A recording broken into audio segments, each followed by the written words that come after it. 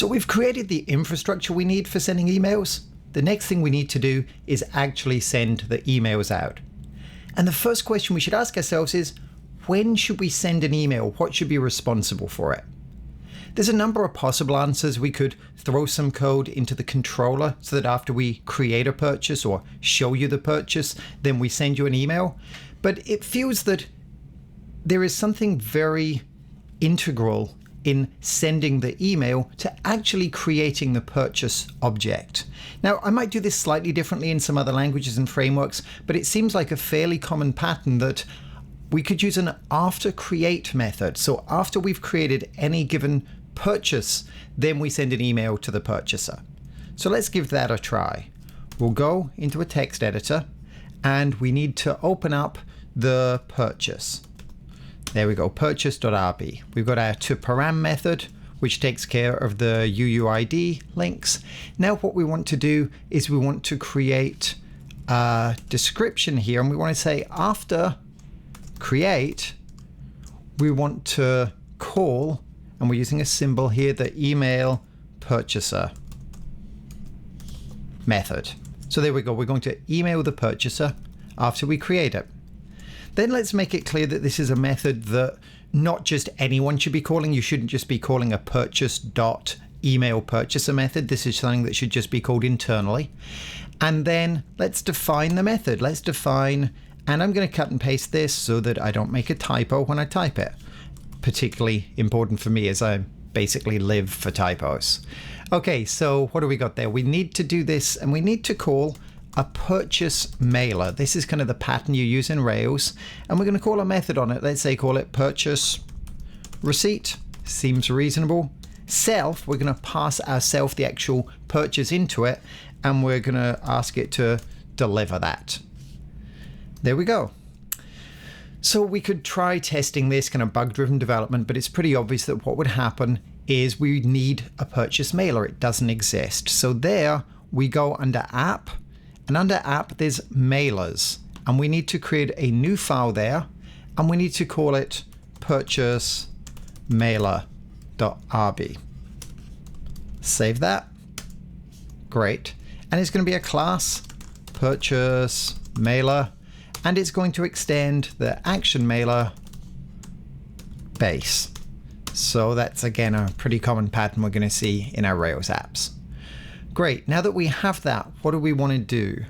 Well, we've got to give it a layout. Let's say a layout should be purchase mailer.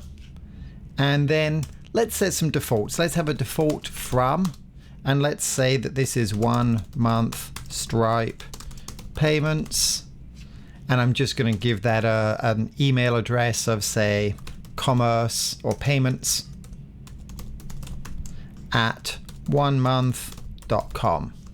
It doesn't have to be that. It's obviously you would put the name and the email address you wanted to be known by. So this could be Janeway and Jane at thisway.com or whatever it might be.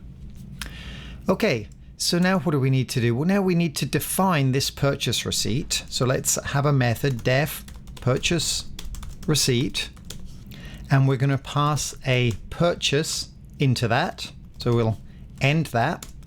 And then what do we want to do in this purchase receipt? Well, we want to say at purchase. So we're going to create a variable here that is going to be available in the template. Purchase equals the purchase that was passed into us. And then let's set a mail to. So mail to is purchase.email. And let's set the subject for that email as thanks for your purchase. Great. We've got that. We've got our end. So we're looking in pretty good shape there. What do we need to do next? Well, now what we're going to need to do, let's just save this. And we still don't actually have the view. So we need to go into, this is going to be app. This is going to be views. And under views, let's just pull that up. So close the mailers for a second, model. But under app views, we want to have a purchase mailer directory here. So let's create a new directory called purchase mailer.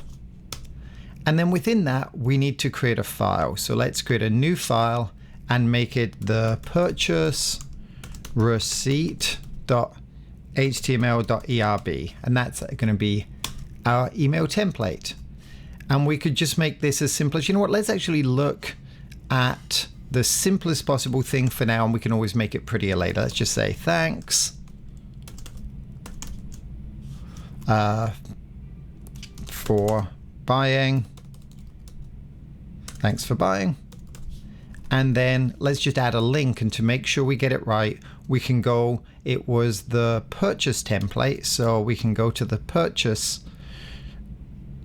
template, which was, it was not there. What was it? It was under views, it was under purchases, and it was show. Here we go, the purchase show, and we got the link here to download, and we were using this kind of download button, so we could drop this in for now. And I'm really not worrying too much about the look and feel right now. I just want to make sure that I can successfully send an email.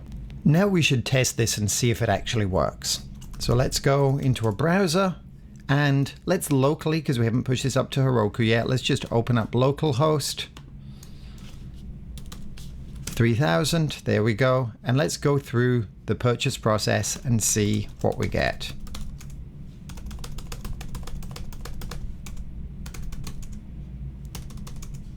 And pay our money. It goes to Stripe. It comes back to us. We submit the form. It goes to the charges controller. And we're getting there. But we have this default from, this an undefined message from. Well, can you see where the error is there? Let's go back into that. So we're going into the purchase mailer class. So let's go into the purchase mailer class, which is right here. And you can see default from, and this should actually be default from : So let's give that a try. Let's go back to Chrome, and we're probably gonna have to go back and rerun this again. So let's just go buy this again, test.test.com, and make the payment. Goes through the same process as it always does, and let's see what we get now. And this is another pretty simple typo, right? It should be at purchase equals purchase, and then the mail to should be on the next line. So let's go in and fix that. So there was a purchase, and it should mail to purchase email. Let's give that one a go now. So we should be a little closer. Let's come back to the home page and go through the process.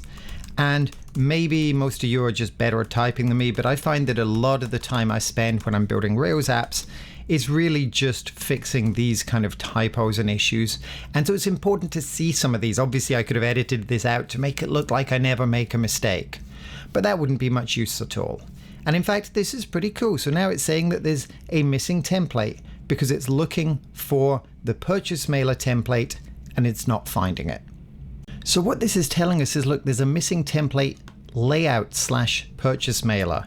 So we've got the purchase mailer itself, the actual purchase receipt, but we need a layout to use for all of the emails that we send out through the purchase mailer. So we need to go create one of those. So let's go back into our text editor.